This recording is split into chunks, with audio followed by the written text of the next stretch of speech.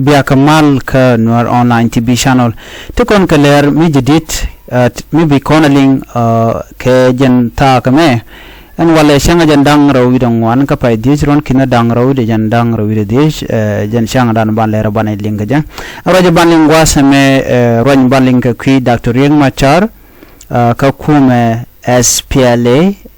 IO jawo bana linka jan Läär me gore liang ka ta danen jala tikang wanti kan kalat ke ki quartin konter wa ka SPLA IO kan konten ban kwen ka jan Läär me kan kono nyami jiram jidit gorno jin bijan wa nasin ko kiem to kon ke mi bi kon lat gwase me mgoro de konaling ka ta danen dong len maro din ke ja ban Dr. Riek machar ban non gwada me ban wudu me ban jalat gwada me ban Läär dan Läär roda ban je kuleling nono kan kodang raw nen yen kati kwerem yam Dr. Riek machar jaram dan la commander in chief ka chairman ka SPLA IO wudu me jaram dan en la deputy chairman ka SPLA IO shale natanelo yet ramkel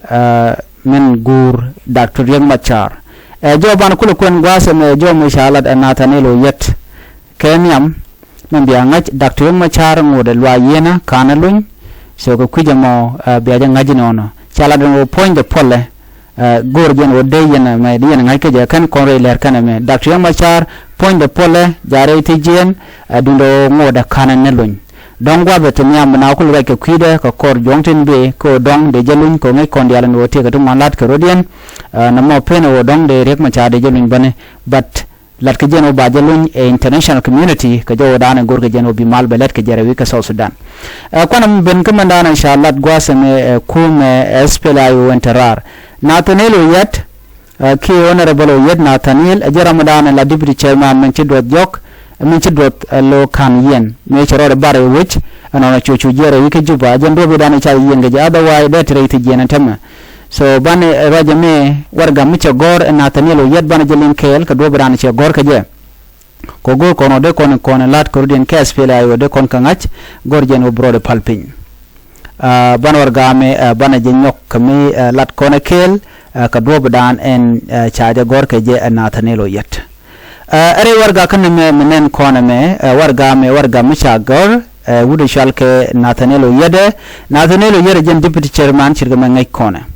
ban ye chuling ka jodan de kon link je cha gor na gwatme se kuumɛ SPLA IO sikane ti jidini ke ne ti koken duno kene de tin chicken kalat kwara raje me le deputy chairman honorable oyed Nathaniel che quartin kontin roika SPLA IO cha kanyo ko mukwanyeka ko bi ke kuumɛ SPLA IO bi ken kula nyok kami both kana nyam ko do budan daro nyam ko je anyong malat ke long gwada me ko bana shutken bana kan ngani diala konen cha kwany tila kwarka SPLA IO walat ke diala ti ko do badanan ba Dr. Riek machar ba de kwany ke je gor kan no bi ko kula fight ke bi kula ter ko ba Riek machar ba de sorry ba Riek machar ba de kula kwany ba de kula jaga jabe barar luwa yen manana cha yenten so jen do badanan latkan mishit kan me ke je ramam yam cha kwany la kwer CDE Yonda Aweladeng chaja kwanya la chairman ka National Committee for Health yaramanana cha kwanya la kwer polo pan Yonda Aweldeng a chairman national key chairperson ka National Committee for Health ramarode CDE Paul Baba Esbon chaja kwanya la chairperson ke chairman National Committee for Transport Systems Ramadan ente transport taping la jala ka torbieli dubni ka ente diala kon wate titkade ramamo jaramen rewde wudi shalka me CD Paul Baba Esbon jaramdan la chairperson of National Committee for Transport System chajo kwene nono ramadodian gwate me mun kwen kone wun shalka madun majogdit jena chairperson of student league wudu shalka dut majogdida ka SPLA IO chaja kwanya la kwer gadwel gora ki kwadul gorka ramangwandien CDE catch mut Tiem